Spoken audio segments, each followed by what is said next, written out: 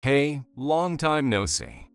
You've really turned into an old lady, huh? We're divorced, Can you at least be a little more considerate with how you talk to me? Come on. We used to be married. That's why I feel comfortable talking to you like this. So, what have you been up to since we split? You know, I get remarried right after our divorce. And right after the wedding, my wife found out she was pregnant. Seems like she was already pregnant when we got divorced. I guess if you're not infertile, having kids is pretty easy. Now, it's the three of us, me, my wife, and our son, and we're living the good life. Glad to hear you're happy. What about you? Oh, sorry, my bad.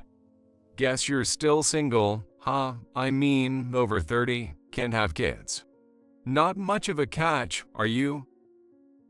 I divorced him, Chris, 15 years ago because of my infertility. When we met again at our high school reunion, he couldn't stop bragging about his family, trying to show off. But Chris is seriously mistaken.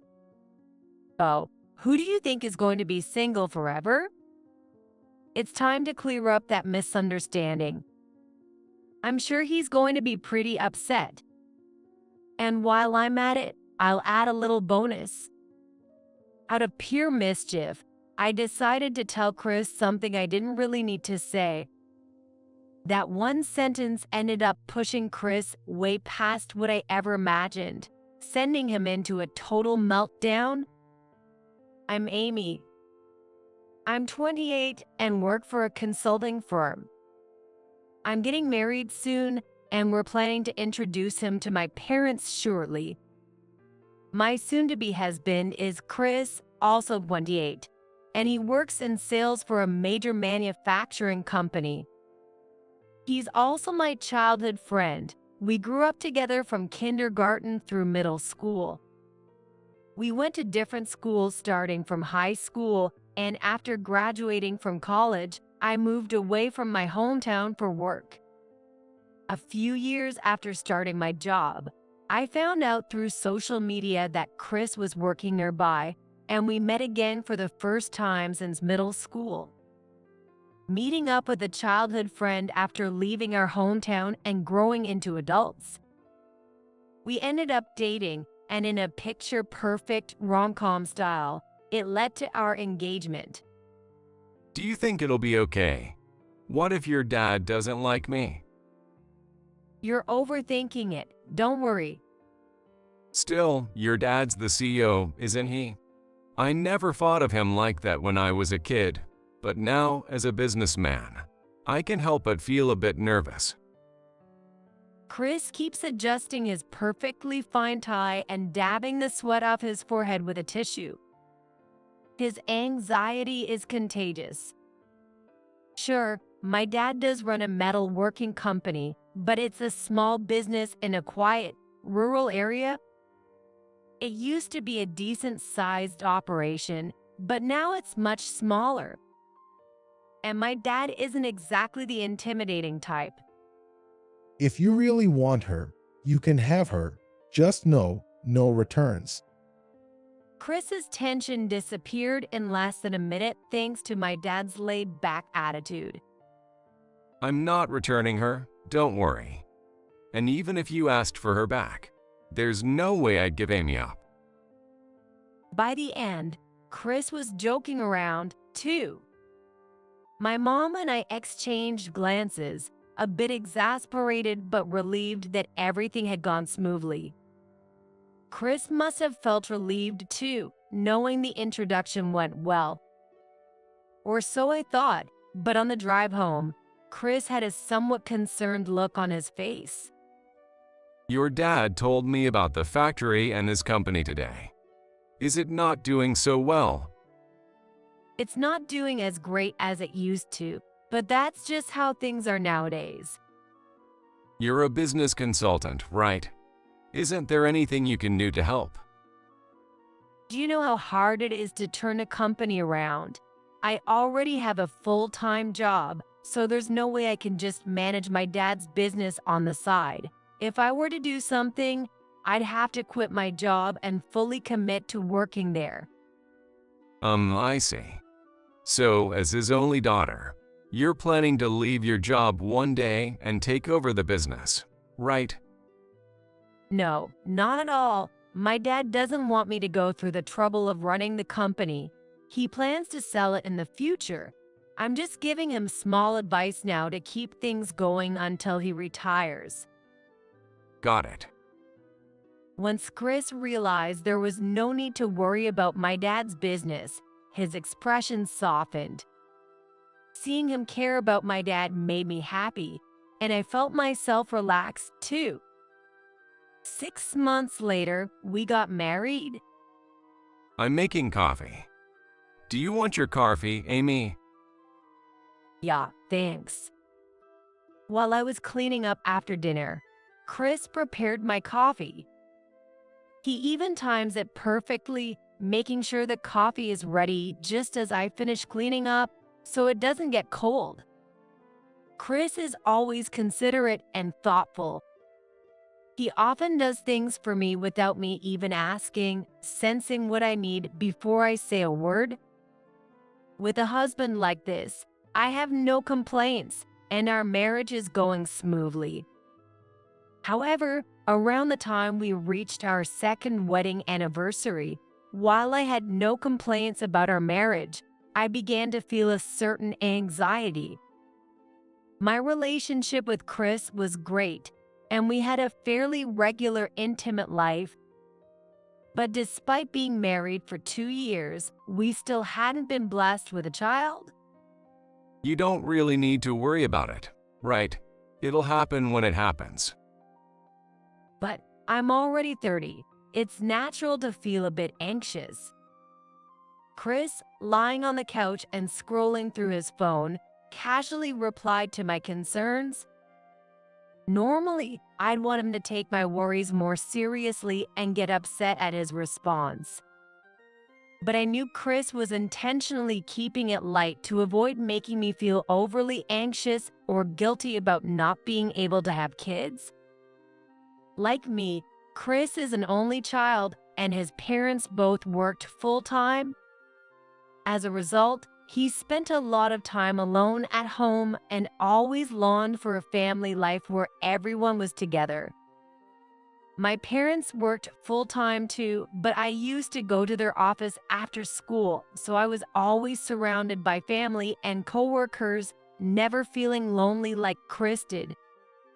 But I know the importance of spending time with loved ones. That's why I want to make Chris's dream of having a close-knit family come true. And besides, I want kids too. I'm going to get checked at the hospital just in case. Do you really need to go that far? If everything's fine, great. But if there's an issue, it's better to know what's causing it, right? Yeah, I guess that makes sense. The following weekend, I went to the hospital alone. There were 2 reasons for this. 1, I expected the doctor would probably tell me that nothing was wrong. And 2, if there was an issue, I wasn't sure how I'd react with Chris sitting right beside me. I wasn't too worried when I went to the hospital, and while waiting for my name to be called, I was already thinking about doing some shopping on the way home. The tests were quick, but I wouldn't get the results until later, so I headed home. 2 weeks later, the results came in. Why is it that in moments like these, bad news always seems to come first? After hearing the results, I skipped my usual shopping and walked home, staring at the ground. I'm infertile. I see. That night, after hearing the test results, I told Chris about my infertility. I chose to bring it up during dinner, hoping it would help lighten the mood a bit, but my words instantly weighed down the atmosphere, and both of us had our meals come to a halt. However, there was still some hope. Things weren't completely bleak. The doctor said my infertility could be treated and there's about a 30% chance it'll work. Once you hit 30, the odds of success keep dropping, but it seems like I'm just in time. 30%, huh? And the chances will keep getting lower, right? As I started eating again, Chris remained still. It seemed that the number 30% felt different to each of us. When I was first told I was infertile, I felt like my hopes of having a child were shattered. When I thought I couldn't have children, hearing that there was a 30% chance gave me hope. It didn't seem like such a low number to me. But to Chris, 30% didn't seem very high. Seeing the disappointed look on his face, my eating came to a stop again. Since that day, our once smooth married life had become awkward. Are you going to be home late again tomorrow? Yeah. As I cleaned up the dishes, I spoke to Chris's back as he rested in the living room, but his reply was half-hearted. Since finding out about my infertility, Chris had been coming home later and later. He said work was busy, but I had a feeling he just wanted to spend less time at home. Even on weekends, he'd leave early in the morning and wouldn't return until late at night. With Chris coming home so late, I started eating dinner by myself. And soon enough, Chris stopped sleeping in our bedroom, choosing to sleep on the living room couch instead. Though he was still physically in the house, it felt like we were living separate lives. I felt lonely watching Chris drift away, but knowing the reason lay with me, I couldn't bring myself to blame him. 6 months later, our relationship had completely cooled off, and we hardly spoke at all. Today was a weekend, and as usual, Chris left early in the morning. As I watched him put on his shoes at the door, I realized a part of me felt relieved. With him gone, I could breathe a little easier and get through the laundry a bit quicker. But when I went to toss his shirt in the washing machine, I sighed. More foundation stains. These just don't come out easily. There was makeup on Chris's shirt again, but I wasn't surprised. This had been happening for the past 2 or 3 months. Our marriage had already gone cold, so I didn't feel the need to make a big deal out of cheating. Looking at the stained shirt, I realized our marriage had probably reached its end. Chris must have felt the same way. That's why he didn't bother hiding the affair, casually tossing his stained shirts into the laundry basket. That night, I brought up divorce. Chris, maybe we should just end this. If we divorce, you can be with her. Oh, so you knew. Don't bother pretending. I'm not going to demand alimony, so let's just make this easy, okay? All right. I have a job, so I don't need money. And since Chris works for a major company, asking for alimony wouldn't really hurt him either. For me, it was more important to have a clean break than to drag things out with a messy settlement. Chris must have seen this coming as he accepted the divorce without batting an eye. I'm not asking for alimony, but in exchange, I'd like to know a little bit about the woman he's seeing. It's just my curiosity. Who is she? She's 2 years younger than me. We met through our shared hobby, fishing. Odd, so that's where you've been going on weekends. She's okay with dating a married man? You didn't hide the fact that you're married, did you? I've been completely honest with her. I told her I'm planning to get divorced, and we're dating with the intention of getting married. I'm getting a divorce, so now I'm just waiting for her to finalize hers. Wait, does that mean you'll wait on her? Is this some kind of double infidelity? No. She's just dating hers. I've successfully stolen her away from her boyfriend. There's a lot I want to say after hearing Chris's story, but if I stir things up now, the divorce might not go as smoothly as I'd like. So I swallow my words. In the end, the divorce went off without a hitch. Chris went straight to his new partner. Apparently, she had broken up with her boyfriend as well, and they were planning to get married soon. I had prepared myself for the divorce, thinking it wouldn't bother me much. But once it actually happened, the shock hit me harder than I thought. I stayed at the house and continued working for a while, but eventually, I quit my job and moved back to my hometown. 15 years after returning to my hometown, the wounds from the divorce had finally healed, and I was completely back to my old self. The fact that I was once married had been pushed to the back of my mind, almost forgotten. As I was enjoying my new life, I received an invitation to my middle school reunion. There was a chance that Chris, my childhood friend, would attend. During our divorce, I prioritized making it smooth, so I didn't get to say everything I wanted. I didn't ask for alimony for his affair, but that didn't mean I wasn't angry. After 15 years, I decided it was time for a little payback, so I chose to attend the reunion. However, my small act of mischief would end up having a huge impact on Chris's life. On the day of the reunion, I arrived at the venue and saw many familiar faces. I quickly found myself catching up with old friends and reminiscing about the past. As I was enjoying the conversation, a face I had nearly forgotten approached me. Hey, long time no see. Wow, you've really turned into an old lady, huh? As soon as Chris saw me, he laughed and threw an insult my way. We're the same age, so if I'm an old lady, then aren't you an old man? I had been enjoying my conversation, but Chris's smug grin and rude comment made my friends awkwardly step back. We're divorced, remember? Couldn't you be a bit more considerate in how you talk to me? We used to be married, so I'm just being casual.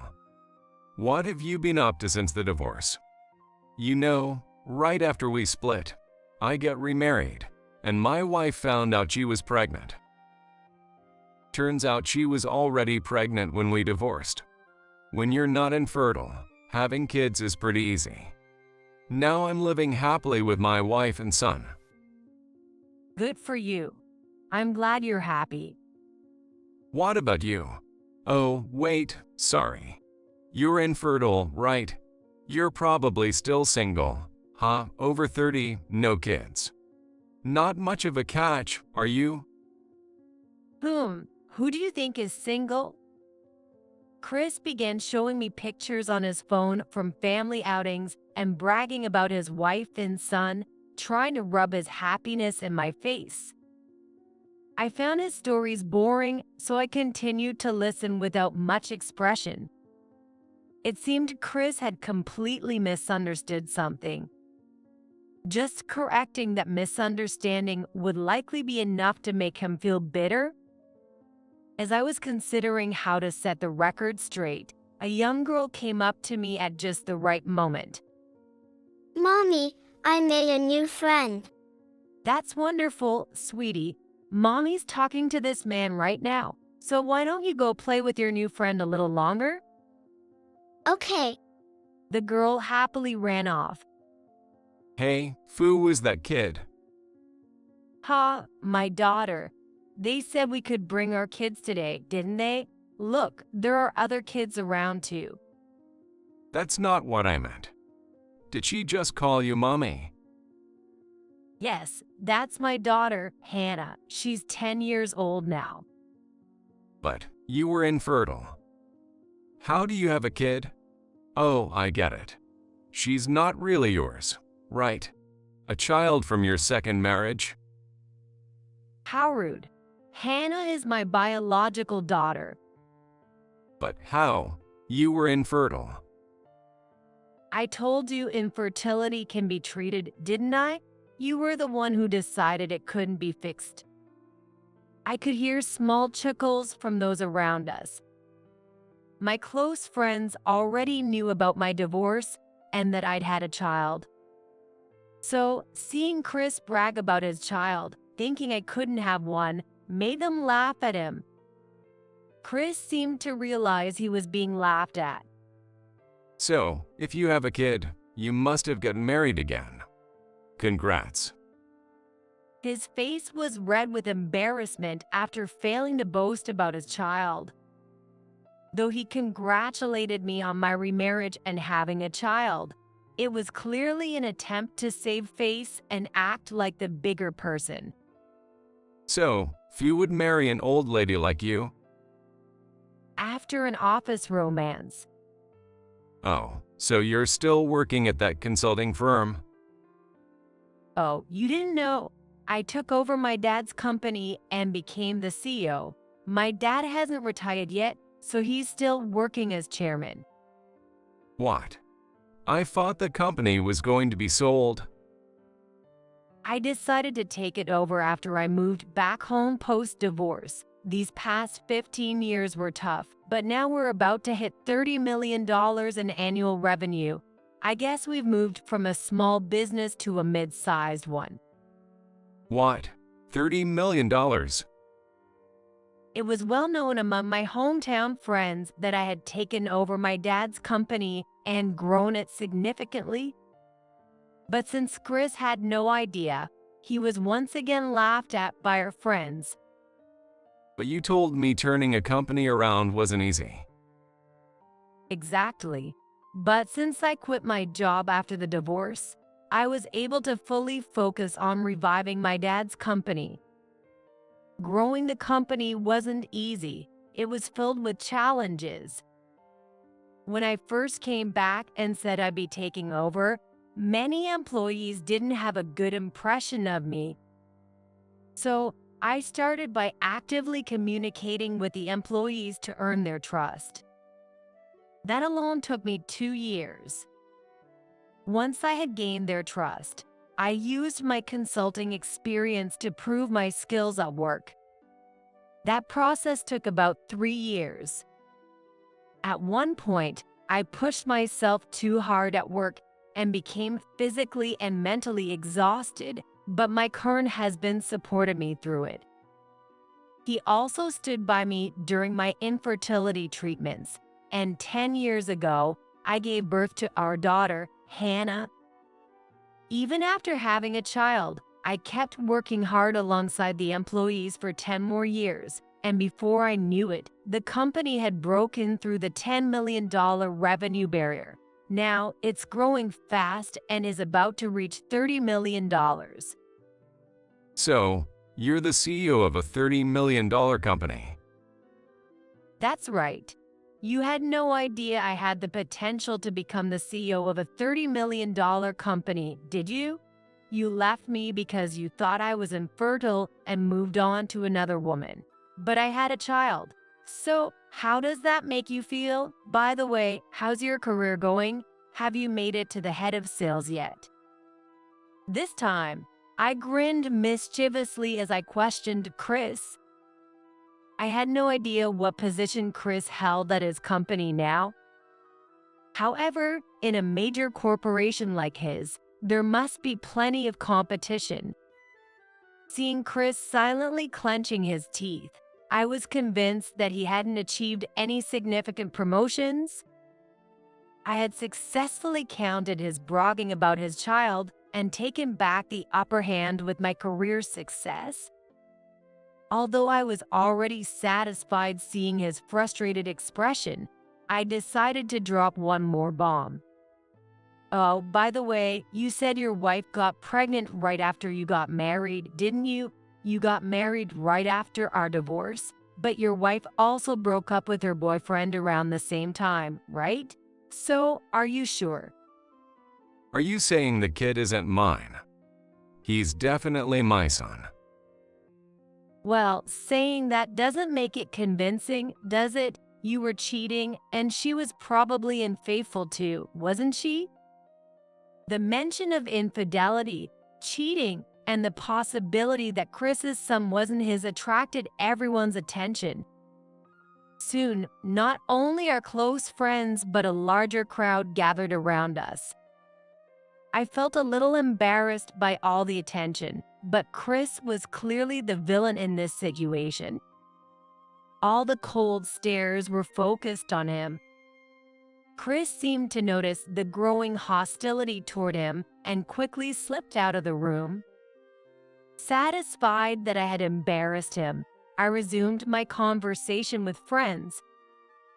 I had finally gotten my revenge on Chris. I figured that from now on, I wouldn't even think about him anymore. But about a month after the reunion, Chris called me. He had probably gotten my number from a friend at the reunion. Curious about what he might say, I reluctantly answered the phone. Hey, you knew, didn't you? I racked my brain, trying to figure out what he was talking about. But when nothing came to mind, I just asked him directly. What are you talking about? My kid. Just like you said, he's not mine. What? I knew I shouldn't laugh, but I couldn't help bursting out. Apparently, Chris had gotten so paranoid after what I said that he took a DNA test. The results showed that there was no biological relationship between him and his wife's child. How did you know? And why didn't you tell me? I didn't know. I just said that to mess with you a little, hoping you'd get anxious or maybe even start a small argument with your wife. I had no idea it was actually true. So your wife was one of those women who passes off another man's child as her own, huh? My wife didn't know either. She thought the child was mine too. You both thought it was yours, even though she had a boyfriend right before getting pregnant.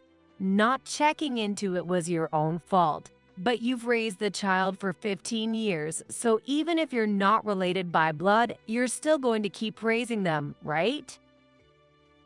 No way. I've been deceived into raising another man's child for 15 years. Of course, we're getting divorced. What? Just like during the divorce talks all those years ago, there's a lot I want to say to Chris right now. But everyone has their own values, and it's not my place to comment on someone else's family matters. So I swallowed the words that were on the tip of my tongue. So you're getting a divorce? That's the problem. I can't. Why can't you? My wife won't agree to it. After discovering the child wasn't his, Chris brought up divorce with his second wife. She put the divorce on hold and instead contacted her ex-boyfriend from 15 years ago. She was probably trying to see if she could rely on him after the divorce. But when she told him about the child, the ex-boyfriend disappeared, quit his job, and became unreachable. I can understand why he might want to run away after hearing from an ex after 15 years, telling him he had a child. Since she couldn't rely on her ex, Chris's wife refused to divorce him, fearing being left alone. She gave birth to someone else's child, right? Isn't that grounds for divorce? That's where it gets complicated. The child was conceived before we get married, so it's not exactly infidelity.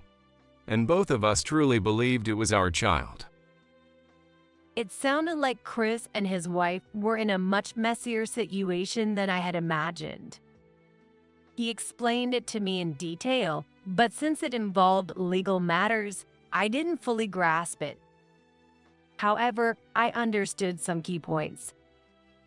Chris and his wife genuinely believed the child was theirs, and legally, Chris was the father. To get divorced, Chris would have to prove the child wasn't his and legally dissolve the parent-child relationship. However, there had been a previous case in the Supreme Court where DNA evidence wasn't enough to dissolve the father-child relationship, making it a tough situation. Even if Chris managed to dissolve the relationship, the fact that both he and his wife believed the child was theirs and neither investigated further meant that his wife wasn't entirely at fault. Since she hadn't intentionally deceived Chris, it was possible that a divorce based on the child might not be granted. In short, Chris's wife couldn't rely on her ex, so she refused to divorce him. Chris wanted a divorce but couldn't use the fact that the child wasn't his as a reason. That seemed to be the situation. So basically, you want to get divorced but can't? That's right. I don't know what to do anymore. Am I going to have to keep raising another man's child?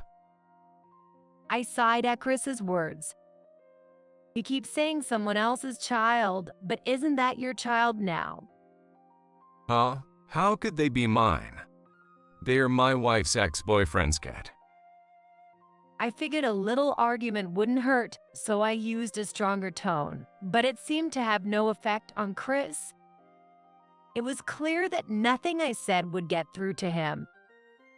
Look, I've got nothing else to say to you. You're the one who decided to divorce me because you thought I couldn't have kids, steal your second wife from her boyfriend, and not check who the father of the child was. You made those choices, so take responsibility for them. I shouted at Chris and hung up the phone. What a pathetic ex-husband crying to his ex-wife 15 years after their divorce. That day, when I came home from work, I found my husband and daughter happily watching TV together in the living room. Watching them from behind, I felt truly grateful that I had divorced Chris. Apparently, Chris still couldn't get a divorce, so he was living separately from his second wife and child. If their separation lasts for about 3 to 5 years, it could become grounds for divorce. However, until the divorce is finalized, Chris still has to pay for his wife and child's living expenses and child support. His child is already 15, so even if the divorce happens in 3 years, the child will already be an adult. His wife will probably recognize this as the right time to part ways and won't fight the divorce any further. In this situation, it's clear that Chris's second wife has the upper hand. Also, they haven't yet told the child about their biological father. Because of this, Chris's child dislikes him for leaving their home without warning. When the truth comes out, the child might actually be relieved that Chris isn't his real father, given his current feelings toward him. However, there's also a chance that learning the truth will make the child hate Chris even more. When that time comes, I hope Chris faces the child's anger head-on without running away. By then, Chris will likely have gone through his second divorce and will probably be done with marriage for good. Chris, who once tried to mock my inability to have children, ended up getting a taste of his own medicine when I one-upped him with both my family and career, and a small comment I made in passing ultimately derailed his life.